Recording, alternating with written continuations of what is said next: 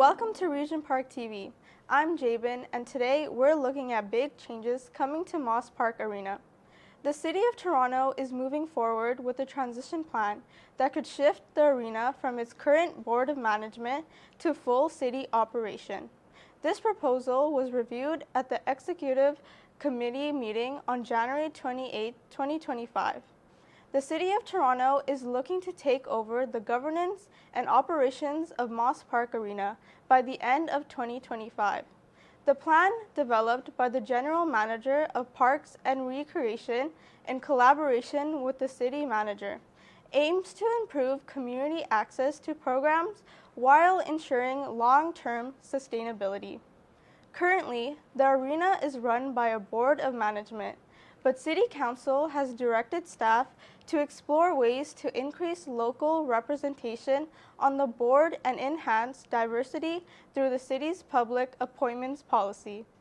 The report also highlights efforts to make programming more accessible to undeserved communities in their area.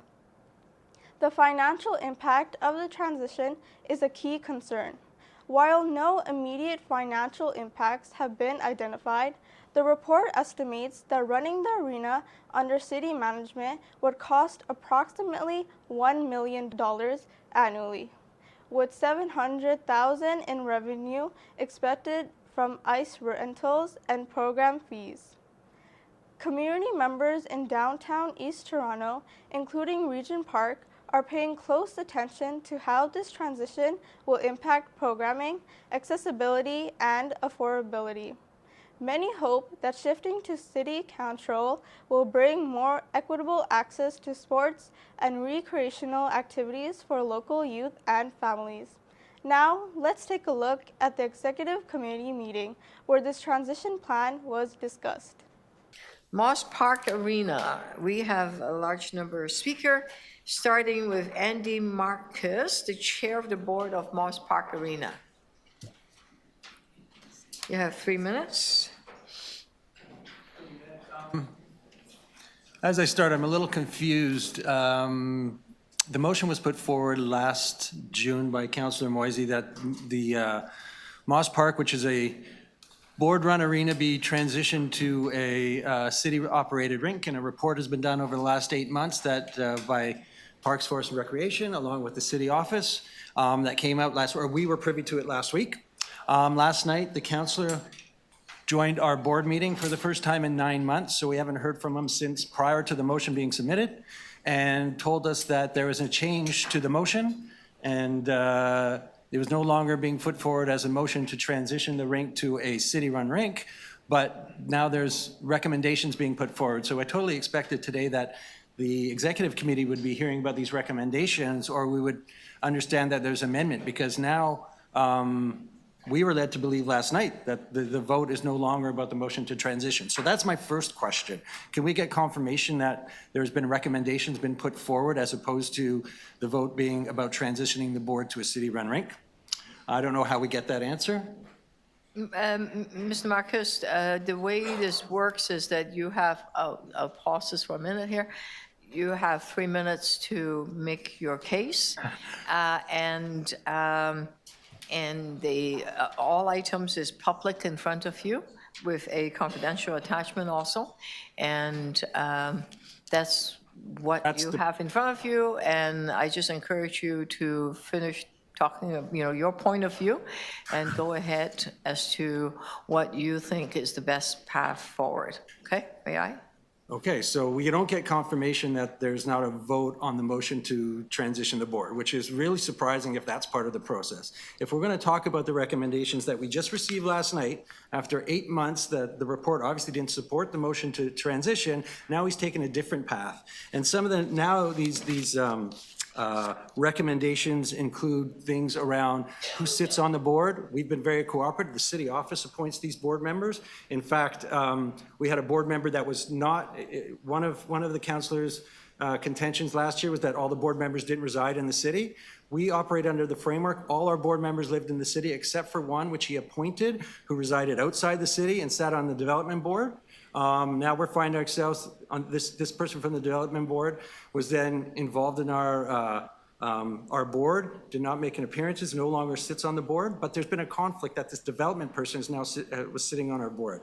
I'd like to go back to some of the recommendations that we saw for the first time put forward last night that circulate around the rink being responsible for driving revenue. We drive revenue. We're operating under a very tight situation with the Metrolinx opening up next door or using our property or the Moss Park facilities as a housing to do all their construction sites. So we have to live through that. Driving a revenue stream is a very different notion now than it was before. We're going to run a small deficit. The first place we could drive revenue is charge city for all the ice time we subsidize all the programs we run for the community. So all of a sudden we're running these great programs for the community. We're getting recognized. You're going to hear a lot of speakers here today supporting that position.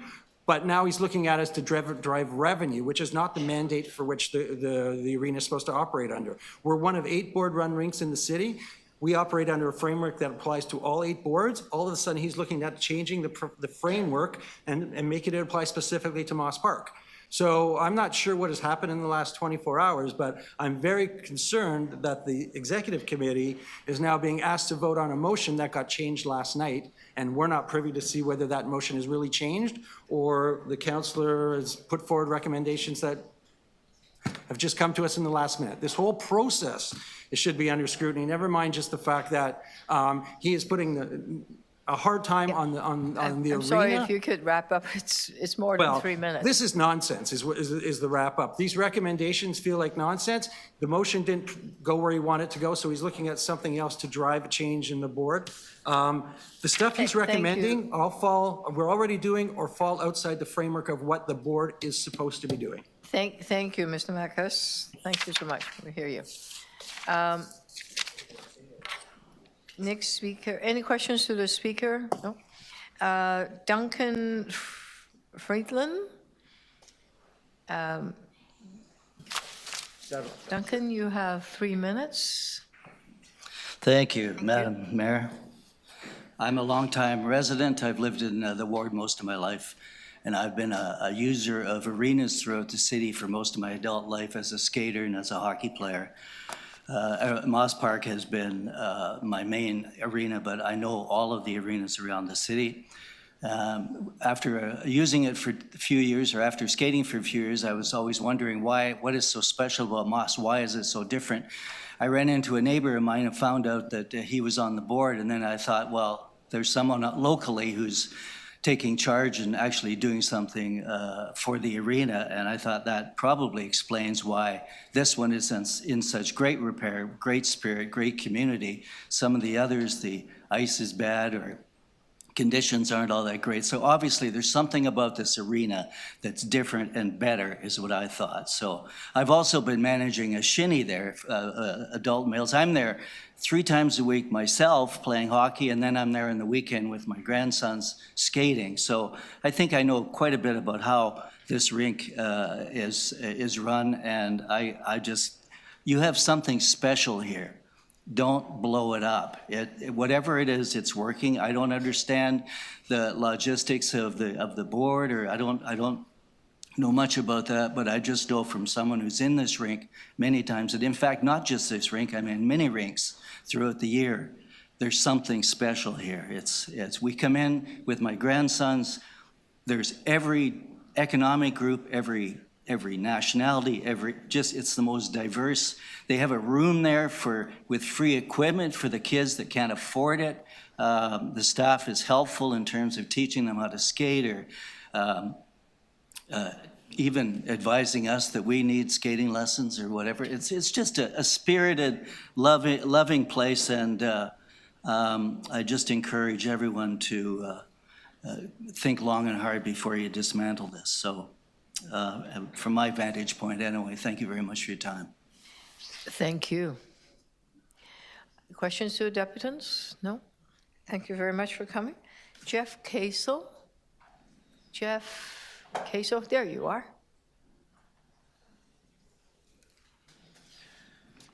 Kasel.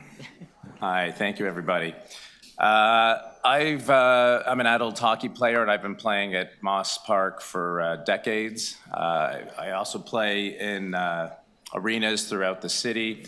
And Moss Park is the gold standard. It has the best ice in the city. This isn't just my opinion. I organized some skates at Moss Park, and when I've brought up that there might be some changes happening at Moss Park, it was unanimous that everybody was shocked and a little bit outraged that why would the arena with the best ice be under scrutiny like this? And I want to say that when I say the best ice, and best ice isn't an opinion, everybody kind of knows what good ice looks like, that it's also safer. At the skates, they're extremely diverse. We play with 80-year-olds and teenagers. There's every ethnicity and religion there, so it's very diverse. And the gang that operates the ice are just so welcoming and friendly. When they ask for equipment or need things for the community, we're always anxious to give because we have kind of such an affinity for them. And that is well earned because we have a lot of older skaters. We're on during the day. And whenever the ice does sit empty before or after us, they're always diligently improving the ice, working on the edging, making it safer or giving additional flood so there's less divots. So this is the hardest working, and again, everybody in our skates attend all the arenas throughout the city and regard Moss Park as, again, the gold standard. I have two children who attended the hockey camps. My daughter is 17 and still plays. And when I told her I was speaking here today and that there might be some changes at Moss Park, she told me that she gained her love for hockey at those hockey camps. She had always skated and enrolled in different classes throughout the city, but it was at Moss Park where she found a love for hockey and credited the Moss Park hockey camps for that. And it's no mystery to me how that happened. There were as many females as males, which is very unusual. It was extremely multicultural, and it was a very safe and fun environment.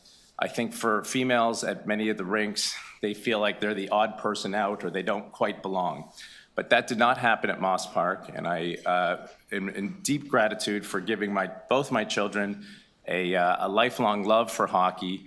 And I think that happened because they got everything right where the other rinks didn't. And I'm a little baffled and maybe even suspicious why the rink that got everything right is under scrutiny. I believe that other rinks should be looking at Moss Park and emulating what they're doing, not changing it. Thank you. Thank you. Any questions to the deputants? No? Sawyer Buchanan.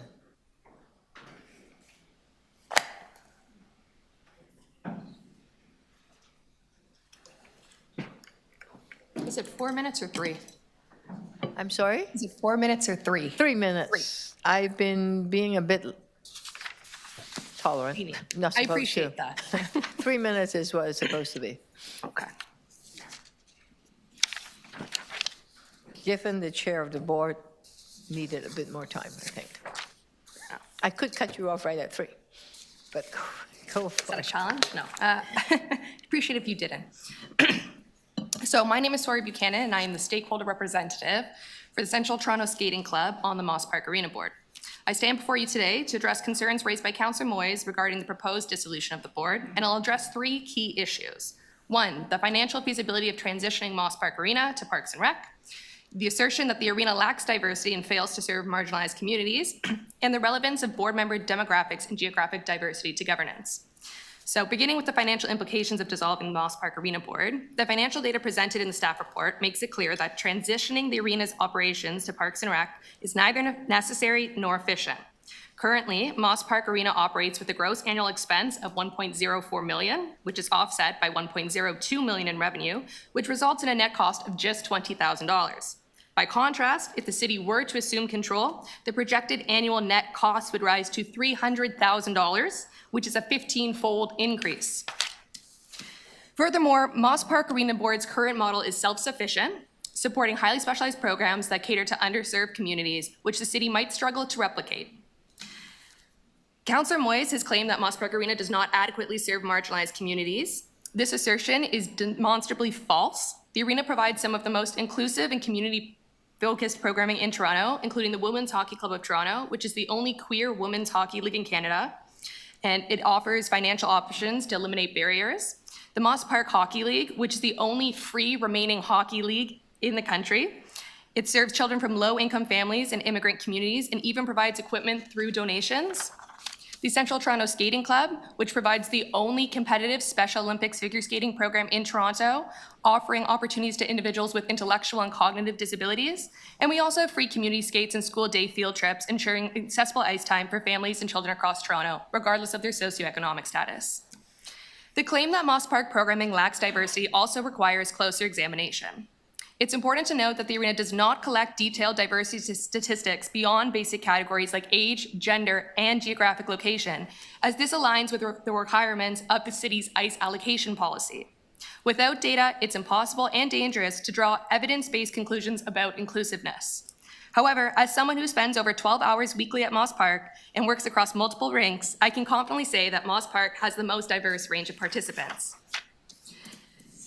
In contrast, Councillor Moise's observations, based on a few short visits, lack the depth to fairly assess the diversity and inclusivity of Moss Park Arena's programs. Lastly, Councillor Moise has also questioned the diversity of the Moss Park Arena Board and raised concerns about the geographic distribution of its members. These critiques, however, are unrelated to the effectiveness of the board's governance. First, all board members were vetted and approved by City Council. If there are concerns about the board's diversity, the issue lies in the appointments process, not the board's governance. The solution would be to apply an equity lens to appointments rather than dismantling the current governance structure. Second, geographic diversity is not a valid measure of board commitment nor effectiveness. While I reside in a neighboring ward, I worked at Moss Park Arena for 11 years and spent more than 12 hours per week there. I created the charts for the transition report to the city, distributed flyers to promote free community skates, and have undergone diversity training for board members. In contrast, a property developer and former board member appointed by Councillor Moise attended only 3 out of 10 board meetings Mayor Chow? despite her owning a On a condo point in of Toronto privilege. Centre. Sorry, you're past the 3 minutes. I'm sorry, I have to cut you off. Yeah, but maybe just if I could state my point of privilege. Yeah, please. When we take decisions around arena boards or any other public issue, we take them as a council. We don't take them as individual members of council. And I would just encourage deputants to speak to the public policy issues and the decisions of council as a whole, rather than personalizing the issue. Thank you. Thank you for your reminder. Yes, I did make reference really to the should city's have ice done that. allocation policy, That which is governs all my 8 problem. arena boards. Thank you so much for your deputation. Next Thank you. speaker is Paul Connolly. Thank you.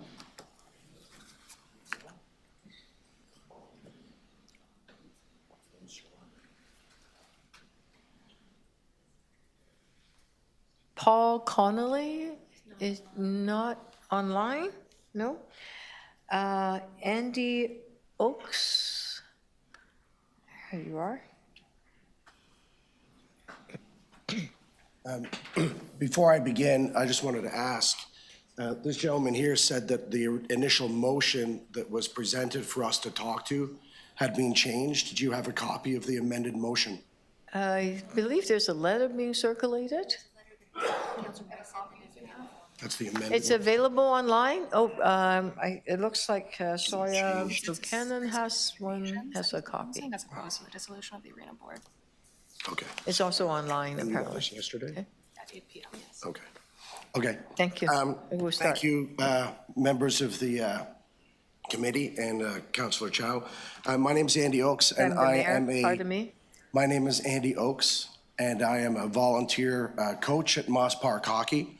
I just wanted to come and speak to you with a prepared message. The current relationship between the Moss Park Management Committee and the community is irreplaceable. Their connection with the people they serve allows them to provide an inclusive program that fulfills the needs of our diverse community. The Moss Park Hockey League is North America's longest running, not to mention only free hockey league servicing underprivileged and new Canadians. The MPHL, Moss Park Hockey League, allows those who can't afford the $1,500 registration fee at other rinks to still participate in Canada's #1 pastime. I can't emphasize enough the importance of Moss Park's current community management system in our community. By allowing Toronto Parks and Recreation to bring a cookie-cutter approach to the rink management, it will lead to underserviced community. I have been volunteering as a coach with MPHL for 15 years. It is the most diverse group of families I've ever seen at a hockey rink and represents one of the underlying community spaces underpinning the fabric of our community. I urge you to consider my heartfelt words through your support of the Moss Park Board of Directors, and I appreciate your leadership in this matter. Something I haven't prepared. It really concerns me as a Toronto citizen to see that the only interest taken in Moss Park hockey rink has only started since the Ontario line began construction. Before that, nobody had any interest in what happened at Moss Park. And now that a subway station is being built next to the facility, all of a sudden there's an issue with the park management. The fact that somebody has come in and said that Moss Park is not catering to a diverse community really should come to a Saturday morning hockey league, because when it mostly stood out to me in 2019 when Don Cherry stood up and said, you know, these people are coming to Canada and you're not becoming Canadians. If he had come to Moss Park, he never would have said that, because Moss Park Hockey League, the free hockey league, caters to everybody. Girls, boys, people that are trans, people that are new to Canada, people that don't even speak English. They come to Moss Park, and the leadership of our community shows them what it is to be a Canadian and play hockey. That's really all I have to say. And again, I just look forward to your leadership in this matter. Thank you very much. Thank you. Thank you very much for coming. Asina Baru?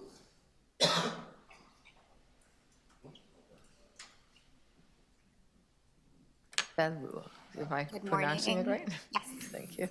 You have 3 minutes. Good morning. Once again, my name is, can you hear me? Sorry, I'm kind of nervous. Good morning. Once again, my name is Asina Badru. My son is Quinn, who is 12 years old. He's been playing hockey since he's been 4 years old. I remember walking into Moss Park about 8 years ago with my son, and I remember not having any equipment. And one of the volunteers came to meet me, and he could see it in my face. I was gasping because I was really embarrassed to say that I didn't have anything.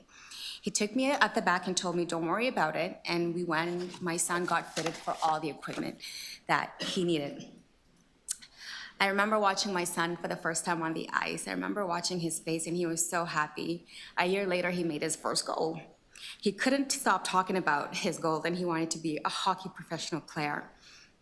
Last year, my son got the opportunity to go to Ottawa for the next 2 years because he has a learning disability, but he gets to come home every single weekend. I remember talking to Mike, and I said, it's really important that Quinn comes to play hockey and make sure that he has a spot every Saturday to make sure that he still has the same things that he's been doing for all these years, and just to give him the courage that he needs while he's in Ottawa, and it'll be his highlights when he comes home on the weekend. Quinn is now 12 years old, and for anyone who has kids, there comes to a point where you're not so cool anymore. So I'm at that point where I'm not the coolest person in his life anymore, and I really rely on Moss Park Arena and the coaches, which really encourages him to be the best of his ability. And I've lived in downtown area for majority of all my life. I came to Canada when I was 8 years old from Africa, and I've always loved the ice. I've skated, and when I had my son, I wanted him to play hockey. And living in the downtown area, it's not always the safest. So a lot of times the coaches, they do intercept because there's, as a mom, I'm always really afraid of my son being a statistic. I work really hard on my son, and if I can follow him every single place where he goes, I would, but that's not a reality of life. There's times where you have to let them fly. And I have, with the help of the Moss Park, these coaches go above and beyond their call of duties. They don't, they take the time to sit him on the side, because if you see my son, you think he's 15, but he's a really big guy. And they sit on the side and to make sure to tell him, if anybody comes and approaches you to do things that you know that you're not supposed to be doing, that you make sure that you're able to come and you're able to talk to us. So these coaches really do go above and beyond, and I think it would be really sad if this program didn't exist anymore. Thank you. Thank you. And hockey is still cool for your son. Thank you so much for taking time. Daniel Tate, are you on video? Oh, there you are. Ah, with a hockey helmet. Morning. It's good to be here. Could you do my strap here? You need to strap it on. All Just right. keep it safe. You have 3 minutes. Good morning. My name is Daniel Tate, and I'm here to go to bat and defend the wonderful community hub. Pardon? Oh, it's okay. Go ahead. Shoot for Moss Park Arena. It's a great community hub. I've been playing hockey since I was 11, since my father told me as an 11-year-old, I'm not paying for your gear, go get a paper route.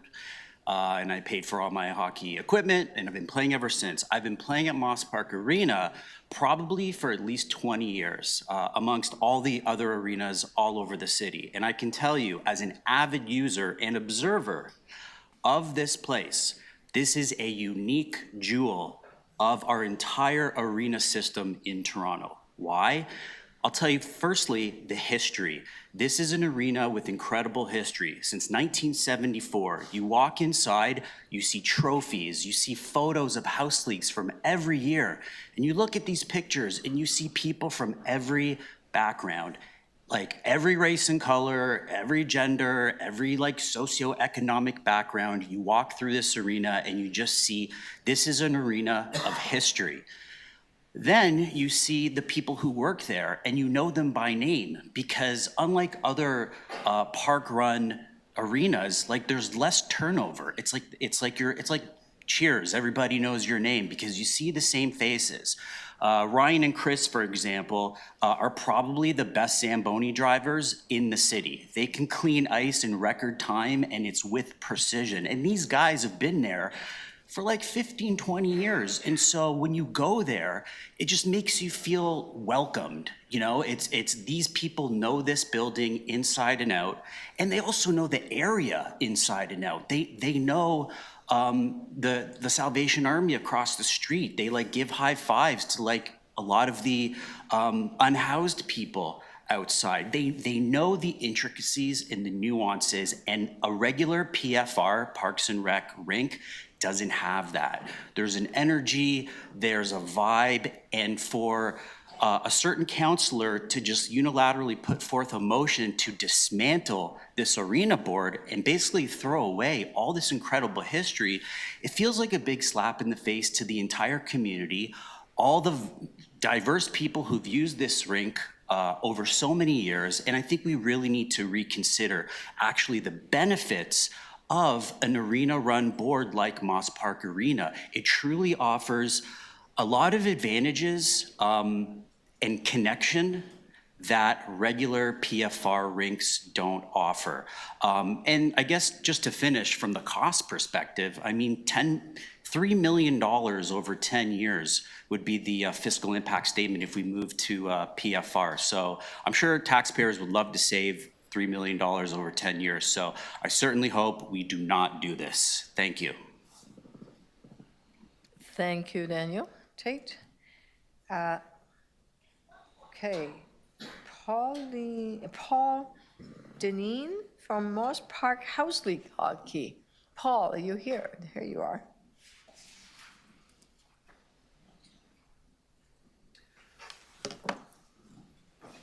Good morning. My name is Paul Deneen, and I was chair of the Moss Park Board for about 20 years and on the Moss Park Board for about 26 years.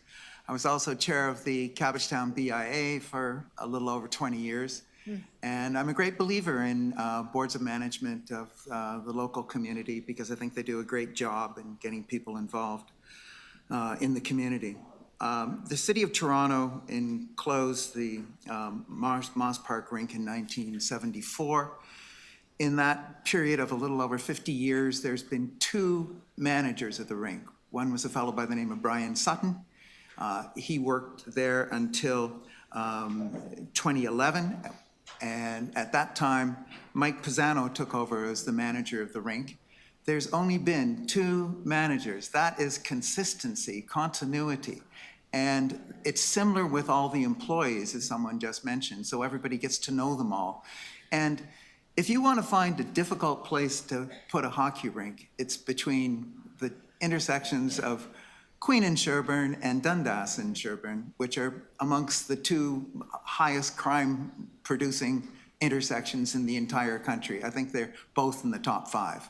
Maybe they've passed out one of them, but they're not the greatest places. And yet, you go to this arena, and it's like an oasis in this difficult area. The Moss Park House League was started in 1957. So it's been around long before the rink was covered. It's in its 68th year. It began the tradition of free hockey when it was just an outdoor rink. But when it passed to be a closed rink, it continued to be a free hockey league, and the only free hockey league in Toronto for years and years and years.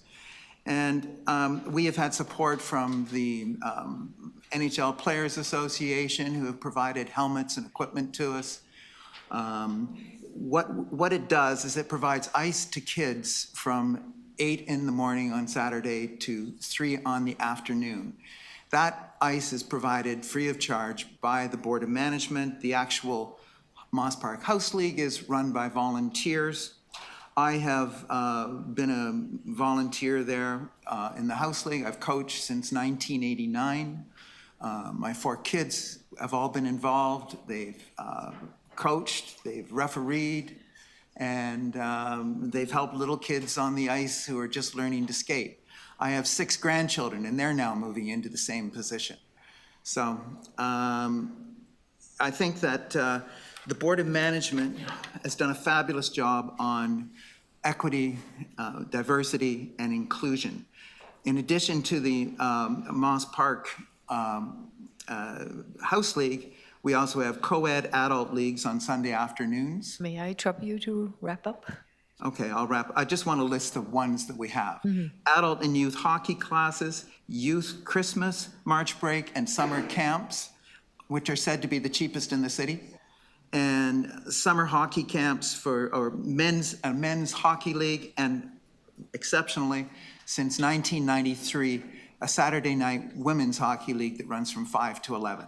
And so I think we're really doing a great job. You'll find, as people have already spoken to, great diversity if you come to the rink. Thank you. Question? Don't go yet. I've known you for many years. Paul, Councillor Fletcher has questions. I just want to know if that whole schedule that you're talking about, is that somewhere where everybody can see that? I think it's probably on the Moss Park website.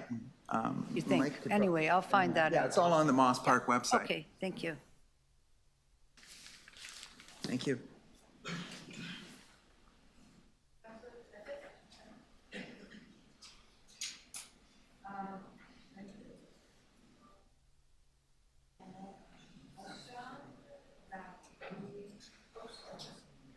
Asan Bhatti, the Moss Park Arena Board of Management. There you are. You have 3 minutes. Ashan, yes. Bhatti, am I pronouncing it right? No, pardon me. And then Kevin Pollock. Ashan, are you here? The Board of Management? No? Did I pronounce it incorrectly? No? He's not here. He's not here, okay. Kevin Pollock.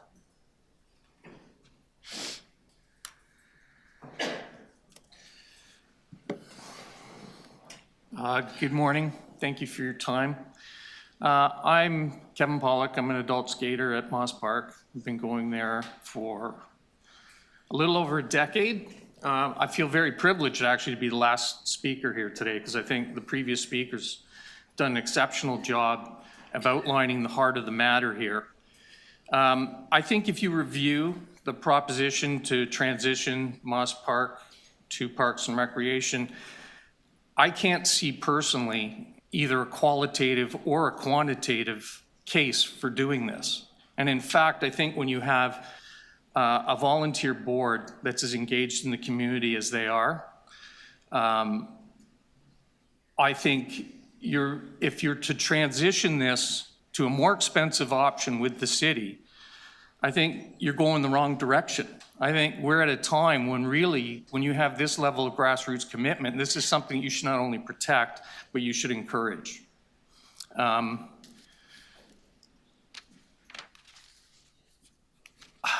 guess that's really ultimately all I really have to say about the matter, frankly. I think, again, they've done an exceptional job of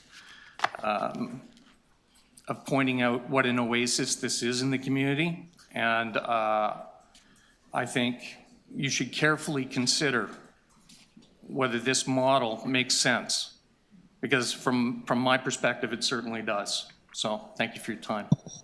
Thank you. Question. Councillor Fletcher, please. Thank you. I'm gathering you haven't seen the motion that Councillor Moise put in. I didn't see any original motion. I did review the 9-page transitional plan. Okay, this is a new recommendation for today. I think maybe all of you guys haven't seen this, that steps it back.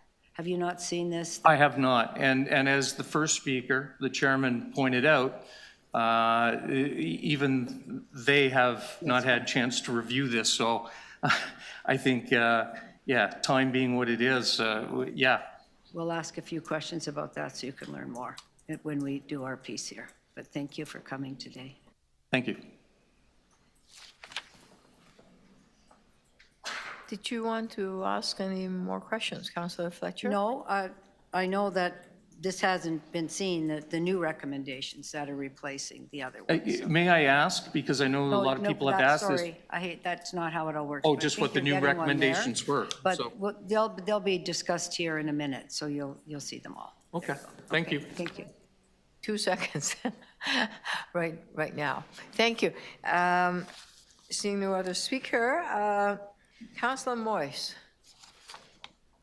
Thank Sorry, you. sorry, question to staff. Just one more minute. Yeah, questions to staff. Hang on a second.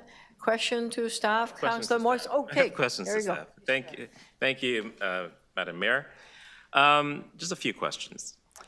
So how much emergency funding do we give the Moss Park Arena Board in 2023 and again in 2024? To the chair, in 2023, we provided just $224,933. To the chair, in 2023, we provided $224,933, and in 2024, we provided $275,000. And did any other arena receive emergency funding in 2023 and 2024? To the chair, no. Okay, that's interesting. And also, what are some of the responsibilities of an arena board of management? And I ask this specifically because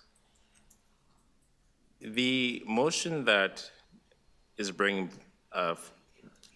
forth, pretty much outlines, I believe, what an arena board of management is supposed to be doing.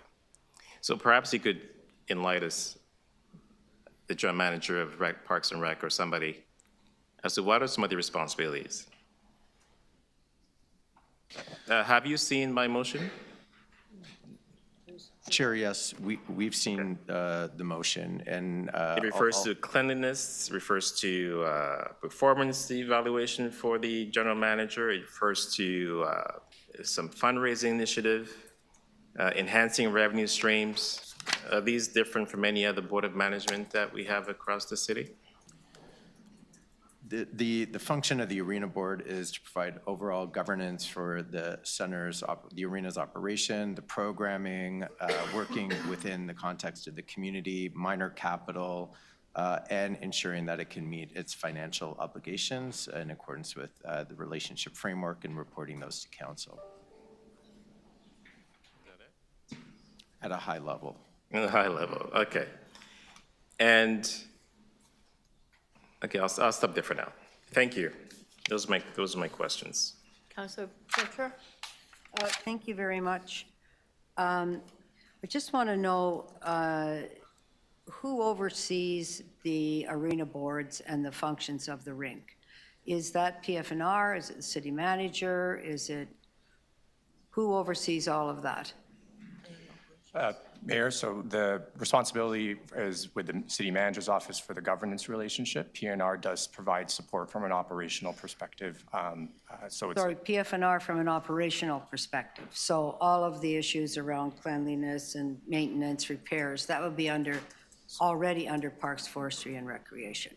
so the responsibility of It's the very arena, hard to hear you. sorry, the responsibility of the arena itself is delegated to the board. So the board would be responsible for the operations. Somebody kind of oversees if that board is doing a good job or not. Who is it? Mayor, the Parks and Recreation does not provide operational oversight. Okay, so is there somebody that provides that kind of oversight, or are we just going to have, with Councillor Moise's motion, have a review if that oversight is being done properly by the board, and if there's any review of all these rink programs somewhere at the city, which apparently there isn't? So Mayor, the responsibility of the operations of the facility are through the arena board. I understand, but if there is somewhere at the city, when we have boards, that we're making sure that everybody is working at the same pace, the same goals, the same understanding, where is that? I would say that the Parks and Recreation provides oversight for things like the ice allocation policy. We work with the arena boards in terms of how the ice is allocated. Parks and Recreation undertakes capital planning. Thank you. So you'd be familiar with all the programs here at the Moss Park Arena. So I guess who looks and sees what all the programs are at every one of our directly operated arenas and our board operated arenas? Who has that information? Parks and Recreation works with the arena boards annually on their ice allocation, so we would. So you have all of that. You have the free skate information, you have all of that information, and the different clubs that operate out of there. Correct. Do you have that for every single arena? That's right. Yes, we do. And where do you, and how do you report out? Do you have that for the city-led arenas? We have that for the city-led arenas as well, yes. And is there a difference as far as city-led? It's kind of like having an AOC or a community center, and I guess I'll ask the city manager that. As far as a board and the kind of various things that can be undertaken at a board-initiated arena are a little different than at a city-led arena, because it's the Board of Management compared to, let's say, Mr. Dayton, that's directing things, correct? Yes, Mayor, that's correct. So if we understand what everything's happening, if the city says, well, let's look at this board, let's look at all the boards, and we have done that in the past, particularly around ice allocation. Would anybody remember when we had to look at ice allocation because we didn't think that was fair? Yes, Mr. Dayton, you remember that a number of years, 6 or 7 years ago? Correct. That is it equitable? Is it fair? Are women getting a fair chance? Is everybody getting a fair chance? This is something that the city often just does, right? Correct. We've participated in this very specific review and have done so for other arena boards in the past when necessary. Just hang on a second. May I ask everyone to speak a bit louder? Yes. There seems to be some problem with the speaker, the audio, and people kept saying we're having trouble hearing each other. Okay, so those of you that are speaking, lean close to your mic and speak a bit louder because, you know, some aging population, a hearing problem. Okay? Thank you for holding my time, Mayor, on that. You know, always trying to be fair. Go ahead. Sorry, okay, did we hear that answer? I apologize. Can you repeat the question? I'm lost. Yeah, it is very hard to hear. I'm speaking quite loud so everybody can hear me. So Councillor Moise's motion basically says just review the Board of Governance, City Manager, have a look at all of these things. This is for Moss Park Arena. Have you done that recently for all arenas that are board-led and city-led arenas? Has that happened in a while or not? Mayor, in my tenure here, we haven't done a full-scale review of arena boards. I can say from time to time, the division has been brought in to assist with the city manager's office as particular arena boards have required some additional assistance or support. And how about for city run? How do we oversee that efficiency in those programs? Is that your division or is that your DCM? Mayor, I would say that's through our division where we've been directed to do so. We do so, and as part of a continuous improvement effort, we do so through our allocation policies, for example, where council's directed us to take those. So this motion now today, just to understand, Mr. City Manager, is not to do everything. It's to have a governance review of the board and look at a number of other things at that arena. Is that correct? That's correct. So, and I'm not sure everybody saw that motion, so I just want to be clear to start with that that's what I see in front of me. Okay, thank you. Got it? 505, okay, thank you. I think you got your point across. Any other question to staff? Anybody else? Okay. Councillor Carroll and Deputy Mayor Cole. Can I just sort this a little bit? I'm worried that some of these answers they unintentionally end up being an overstatement. Once you have a board of governance, there's a role for CREM to keep an eye on the building doesn't fall apart. Am I right about that?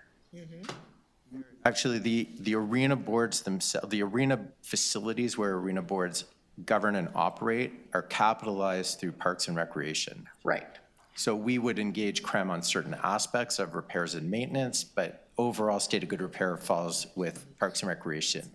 If you thought it was falling apart, you'd say, hey, let's have a look at that. There's some form of relationship framework with that board so that it's clear to them what they're in charge of. Correct. And then lastly, there's a financial role because we have a financial expectation. We look at all the boards together at the end of the year and then look at, within a certain envelope, how much can we help, and we do the budgetary piece.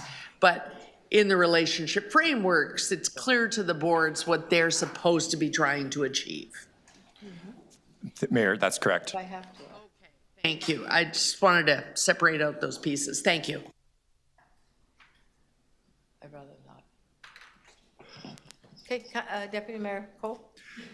Could I have the most recent motion put up on the screen so everybody can see this mysterious motion? Good point. Thank you. That's a very good point. There you are.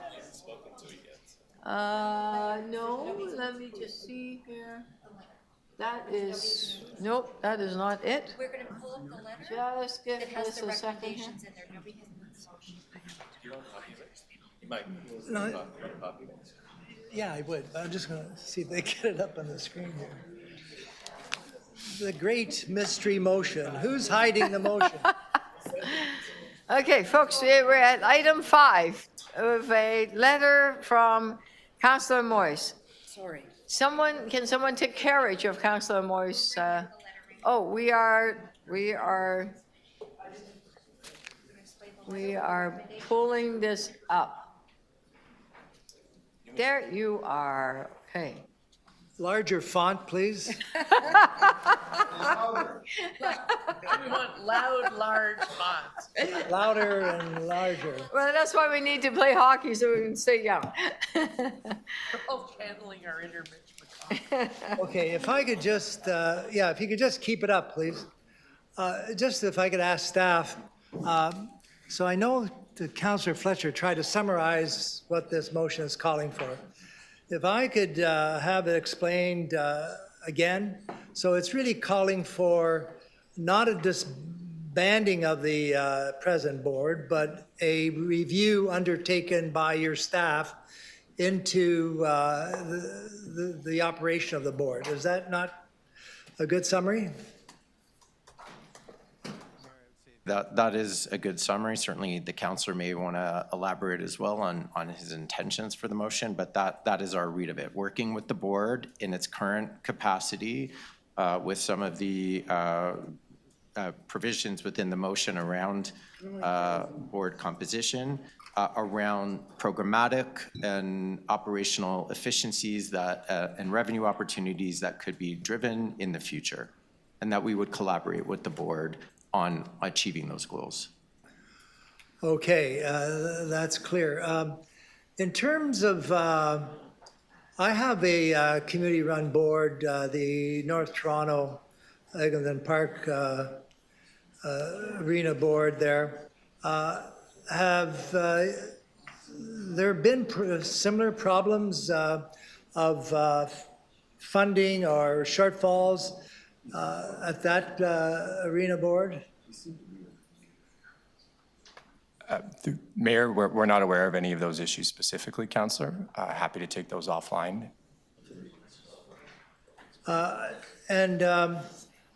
Okay, I haven't heard of any. The question is, there was some emergency funding that went to the Moss Park Board, right? Was that a one-time emergency allocation? To the mayor, so there was initially some emergency funding that was provided through the pandemic, similar to other agencies. What occurred following the pandemic is there was 2 years where there continued to be emergency funding, primarily because revenue targets built into their budget had not been met.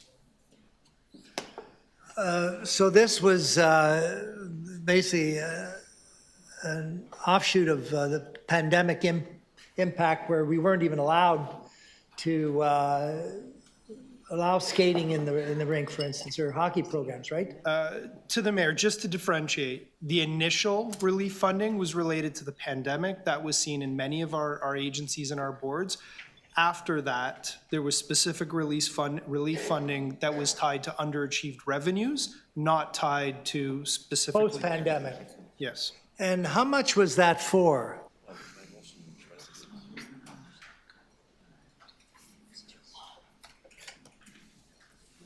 To the mayor, the amount for 2023 was $224,933. The amount in 2024, $275,000. So those are two funding allocations, emergency funding post-pandemic, right? Those are the requests that were put forward by Moss Park post-pandemic. Trying to remember when the pandemic ended, but 2022. did it? It really ended? Okay. Okay. Thank you. Thank you for that.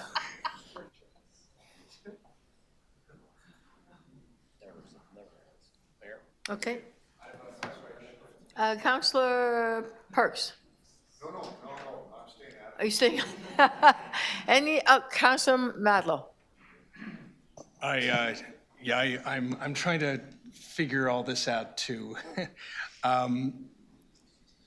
Regardless of much of what's going on here, as far as process goes, when there are concerns about a volunteer board. This is a question to the city manager, I assume. And then the city manager will choose where to throw it. Okay. Maybe not at himself. When there's concerns about whether it be an arena board or any city board where we have volunteers, and it's not concerns alleging any criminal behavior or anything like that, but just concerns about management issues or what have you, or the type of people or the skills they have, etc. Given that they're volunteers, do we have a process to engage them, to constructively work with them to improve things? And what I'm hearing is that some people don't feel like they were engaged well as far as like what motions are being bandied about or what steps are being taken. And I just wonder, do we have a process to kind of say, here's a challenge, we want to work with you to try to improve the situation? Or do we just sort of, how do we engage those volunteers? So Mayor, there's a variety of ways I've seen this done in my time. So we do work with boards directly, and sometimes it is, they will come for advice, and we'll provide advice through our office and work with others as we need to. Sometimes we will intervene, and sometimes we're given direction to do that. Other times, City Council gives that direction. It could be through motions such as this. It could also be through shareholder direction. So there's a variety of ways we engage, but to suggest it can only be in one way, no. We often engage with boards and help them in either overcoming their challenges or, quite frankly, just providing advice that sometimes they need. So there'd be a staff member like who could go and work with them and say, yes, here's some advice on how to manage this or improve that or what have you. We have staff and myself and the former city manager also on occasion waded in ourselves to work directly with the board at times where there was necessary to do it. So but it does take different forms of how we get there. Sometimes we're invited in, sometimes it's direction to go and work with them. Okay, thank you. Good question. Are there any other question to the city staff? Seeing none, Councillor Moise. Thank you, Madam Speaker. Madam Mayor, did you want to put the motion up, or did you? I know you're going to move it on my behalf. The mayor's going to move it. Or Thank you. Councillor Carroll is moving it. Okay, that's fine too. Do you want it put up on the? Sure, you can put it up. Yeah. So I'd like to begin by thanking Jean, Karen, and Aiden in the city manager's office, Howie in Parks and Rec, and of course many of you who have provided guidance and advice over the last several months. Sorry, I can't help with that. Yeah, thank you, Suri. Not asking for your help. Sarah is trying to provide help. So, so over the past several months, I've had extensive conversations with you as well as local community members. These conversations have broadened my perspective and helped me see a different path forward for the Moss Park Arena. Particularly significant conversations was with April Hodson, a teacher and resident in my ward who volunteers with the Moss Park House League and was recently appointed to the board. She's inspiring, and it is community members like her and the families and youth she supports who underscores my motivation behind this governance and operational review. As councillors, we do not possess all the answers and must adapt our perspectives and be open to new strategies. I initially began this process focused on one course of action for the arena's revitalization, bringing the arena in-house. However, I've come to realize that its issues around management, oversight, administrative efficiency, and basic cleanliness and preventative maintenance could be addressed through a different, multi-pronged approach which maintains community governance. I have been a strong advocate for building healthy communities through community ownership and governance. The 519 Community Center in my ward exemplifies effective local community governance, a concept I deeply support. The success story of Sankofa Square, where we turned things around by restructuring the board, leadership, and implementing a strategic plan, serves as an encouraging example for us all. A similar approach could yield significant improvements for the Moss Park Arena. And at the next Community Council meeting, I look forward to refreshing the board. There is a significant lack of management oversight and effective administration at the arena, necessitating strategic and financial expertise on the board. These inequities have hindered the arena's ability to function effectively and adapt to changing circumstances. Years of deferred maintenance have led to pressing infrastructure issues, exacerbated by the arena administration's inaction on repairs under $50,000. This negligence increases costs and risks health and safety necessitating intervention. Community programs, including free skates, remain insufficient. The introduction of free skating only after our June 2024 City Council meeting was a token gesture scheduled midday on Tuesdays and Thursdays, failing to meet community needs with purpose and intention. My recommendations today, which the mayor has agreed to move, but Councilor Carroll just moved, and we drafted with the assistance of the City Manager's Office and Parks and Recreation staff, maintains the Board of Management and ensures that the board is made up of local residents with professional backgrounds and expertise, ensures there are strategic and preventative maintenance plans in place, and establishes a solid foundation for the work ahead to revitalize the arena. There is much work ahead, and your support today is needed and appreciated. I also want to state too, since I have a few seconds left, when I first became a city councilor, I actually went to the arena and did a walkthrough and spoke to the board and wanted to help to revitalize the arena itself through its capital. And I took extensive measures and engaged community to actually fundraise. And I actually leaned on my staff and the public and stakeholders to try to actually fundraise. And we actually did all the work. All I asked the arena board members, the board of management, is to just show up, have a good time, and just show your support. And, we were able to actually, we're going to have 2 or 3 events raising $1.2 million. But that was scrapped because the board was resistant.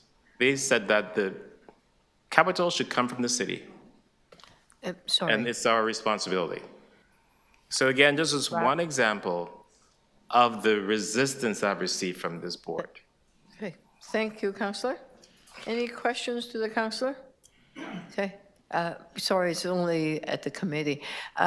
Councillor Fletcher to speak, Councillor Carroll to speak, whichever. Fletcher first, Carroll? You two? Go ahead and put the motion. Carol? I'll go first so that we can get the motion on the table. It is in the correspondence attached to the item. If people want to look at it on the screen without having to keep up with the scrolling.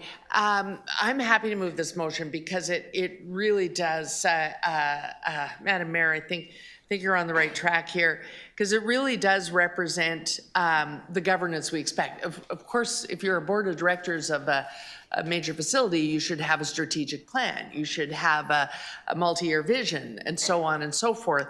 That's how that works. I'm also happy to move the motion because it feels like we're on the right track, similar to the Leaside Arena. We have been through this before. Councillor Fletcher was asking, when's the last time we really looked at all the boards? It actually happened as a result of, finding the Leaside Arena struggling. We started they wanted this major thing and they wanted the city to pick up the whole tab. And that was a wake-up call of, okay, do you understand your relationship framework? Do you understand, it's a gift to be handed a giant city asset and told, you get to direct it now. You get to be the board of management here and actually chart a course for this facility. But that carries with it some responsibility to bring something to the table. If we look at the Leaside Arena, talk about a happy ending.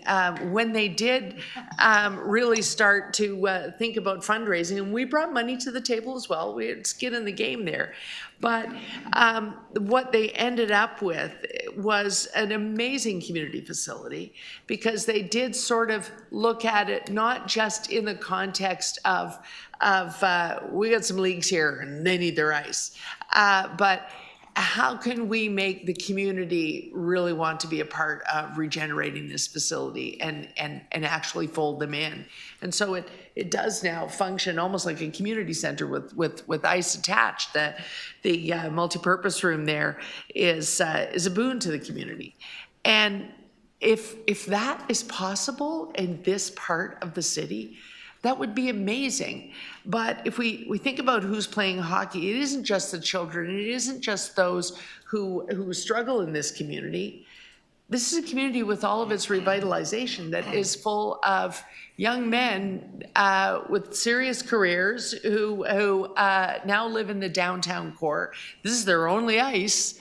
And so if you're, if you're building your career in the downtown core, living in your condo in the downtown core, attracting them to this facility and saying to them, you can chart its destiny, but it comes with the cost of being part of strategizing for it, figuring out its revenue streams.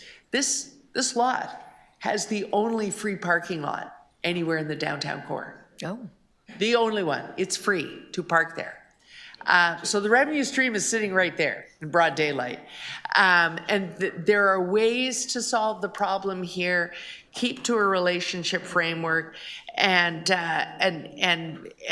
it just requires the board to sit down and think, what is our future? And that's basically what this motion asks, is the Board of Management to start strategic planning and charting a future the way any board of directors would. That's just best practice. So I'm happy to move the motion on the councillor's behalf.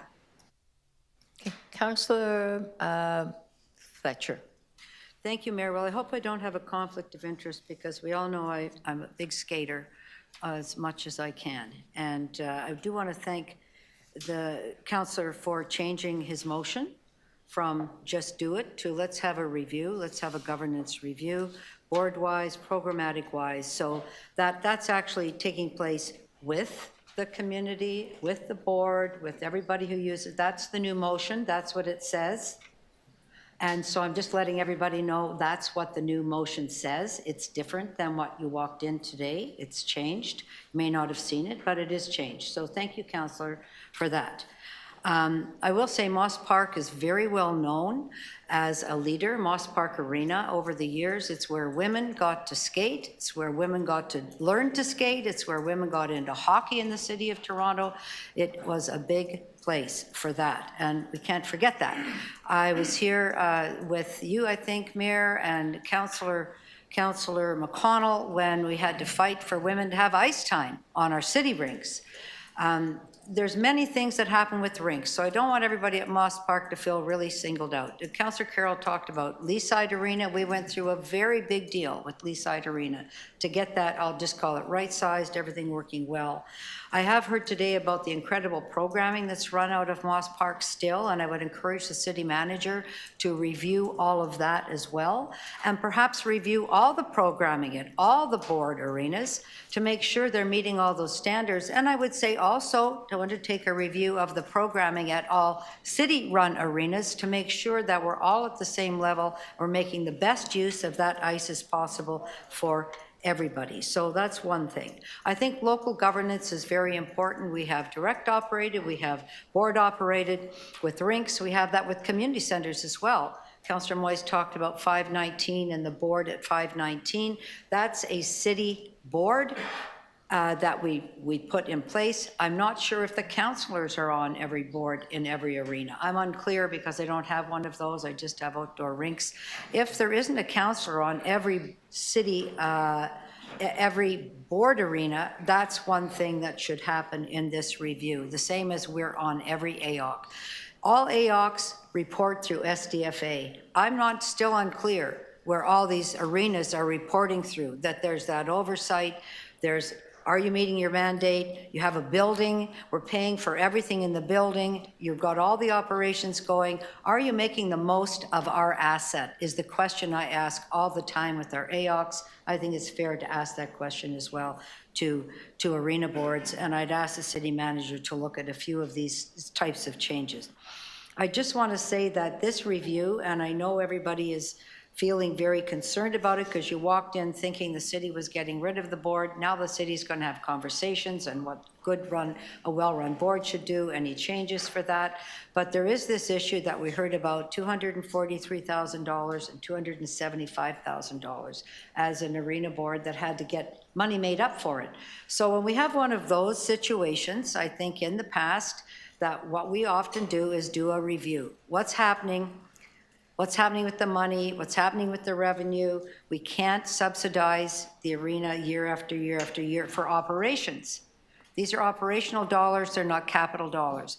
Like any city asset, CREM fixes everything. Need an elevator fixed, that's CREM. It's not out of your operational dollars for the big things. If there's any deficiencies, how can we assist?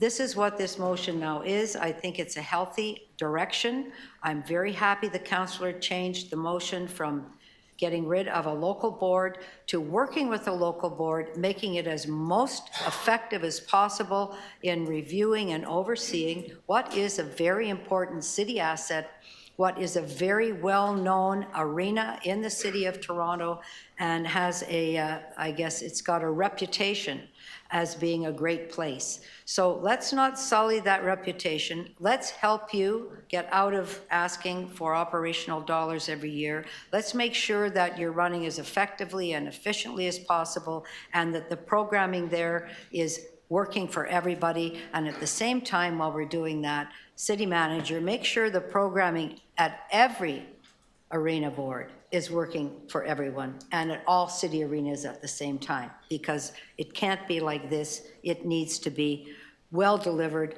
well placed, well managed for every single rink across the city. Thank you. Thank you. I'm going to put myself on the speaking list. Oh, and then Councillor Matlow. I just want to say one thing. I just want to thank the many volunteers through the years that I heard. The Moss Park House League Hockey started in 1957. It's about the same age that I was born. That's just how old I am. Yes, I know. It's all the years of volunteering, your sacrifices in having the league and supporting each other, bringing joy to a lot of kids, and getting the skates free, which is, and the equipment is very expensive. Hockey equipment is expensive. So, I think that's important because the local governments provide a real sense of belonging, that this is the rink that, you know, we come together. And of course, it's a partnership with the City of Toronto. And when there are changes, when their neighborhood changes or councillors or experience changes, there's always turmoil. We could find a way forward and work it out together. And I hope, because change is hard, and I hope this process allow that to happen, that we still maintain that sense of belonging, but also provide the best services, which I heard there's examples there, and maybe it could even improve more. Now, at some point though, offering, you know, for equipment and all of more ice time, does it mean that it requires some kind of support, financial support? I don't know. The reason why the City of Toronto right now through Parks and Rec is having an ice strategy review. I believe there's an overarching discussion about who are using the arenas. How do we make sure that it's as open as possible, open as many hours as possible, as diverse, but not display the people that are using it right now? How do we move forward? There's a discussion that's happening in Parks and Rec folks that, you know, the overarching strategy across the city in terms of ice rink. I was just at the Princess of Wales ice rink where the Maple Leaf were doing practices there with Austin Matthew, the captain, and the entire neighborhood kids came out. It was so exciting. The reason why I raised that is because MLSE provided some funding because they have a partnership with the City of Toronto for 20 years. And they provided funding to repaint the inside the rink, the rooms, and they actually have new benches and new plexiglasses, et cetera, in the rink. So a lot of that kind of partnership is possible. And there's lots of conversation that is possible. Can we get Canadian Tire also have foundations, etc. So there's a lot of things that we could support each other, and I hope throughout the process, the sense of belonging, the volunteerism is still maintained, but also what can the City of Toronto add and support, okay? I just want to put that in. Councillor Matlow, you have also want to say a few things. I've been hesitating to say what I'm about to say because it's difficult. But I just can't in good conscience stay silent about this feeling that I have about this process. Every bone in my body feels like this isn't how we as a city should be engaging with volunteer boards. And the fault is ours. I've had experiences with boards where there have been problems, BIAs as well. And I'll give you an example. I had a challenge with the BIA, and I called the general manager of economic development and community development, and there just wasn't anyone there at the time in the shop to come and help resolve issues, to try to work with them to see if something could be corrected. We just didn't have anyone in place that had, never mind the expertise, anyone hired to do that at that time. And we asked people to volunteer for all sorts of boards, and in this case, an arena where people, it's a sense of community, it's a sense of belonging, and we ask people to put up their hands, and sometimes things don't work out, and sometimes people are incredible, and that's humanity. But when we do have an issue, I think at least one step in the due diligence should be to try to have a system so that we're not reacting all the time, or ad hoc dramas in this case, but a system where we take that step, where we work with them to identify the problems, we resolve the issues, and then if we are to make changes, we do it with them rather than at them. And I apologize, I don't mean to offend anyone who cares about this issue, but I felt equally as uncomfortable with the way, even if you agreed with the destination, the way that the Dundas Square issue was handled, where people felt like they were surprised by things, even if there were valid disagreements. And I'm sure there's experiences across the city that we could point to. And it's not even a matter of who's right or wrong. I mean, I've heard aspersions cast back and forth, and that's wrong as well. But I just want to express that I feel uncomfortable about this, the way that I mean, we're all seeing it, we're all feeling it, I imagine, I hope. And I think that we can do better, and I think the best way to do that, I would submit, with respect, is whether it be parks, whether it be ECDEV, whether it be whatever division, that when we have some genuine questions or issues or concerns about a volunteer board, that there be a step taken that we try to resolve those issues first. And if we are going to make changes, that we are transparent about them and work with them.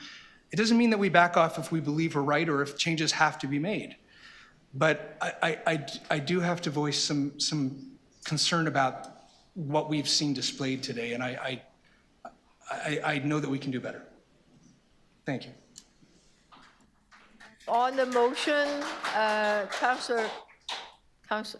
Deputy Mayor Cole? Yes, if I could just say a few words. I actually worked at Moss Park. Oh, wow. As a Parks and Recreation summer playground supervisor. So I have very fond memories of working at Moss Park. As one of the deputies said, it's a very, let's say, fragile area, and given the location with the Salvation Army, and I can't remember the name of the bar that used to be on the corner, but it was a real hangout. The Canada or something?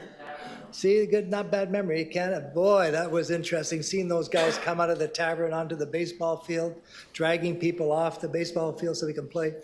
But anyways, those are very good memories, and it is such an important oasis to have in that part of the city. So whatever we can do, whether it's the arena, the park facility, to keep it safe and welcoming. And so it is, I think somebody mentioned that, it's an iconic location. There's not, this is not, the center of Etobicoke where everything is perfect. It is a very, very unique part of Toronto. It's a real Toronto. And I want to commend Councillor Moise for, I think he's showing his interest in making things better there. I mean, that's, I think, a genuine interest he's displayed. And I want to thank the deputants who have been committed to this arena for decades. This is what makes Toronto a very inspirational city, is that there are people who really have their heart and soul in this city and the neighborhoods. And I know you never see CP24 and, the bots on the TikTok talking about these kinds of commitments people are making, but they are out there in our communities, in our neighborhoods, giving to their community. And not just for a weekend, again, 10, 20, 30 years of commitment. I mean, that's remarkable. And I think we've got to do everything we can, like Councillor Matlow said, is to encourage and foster and thank that kind of volunteerism locally. So I support the initiative of getting staff to work with the board and to iron out some of these challenges, financial and otherwise. And I just hope we do that in a spirit of collaboration and not in a spirit of we're coming in there to audit you and to, make sure you do things the way we want them to do.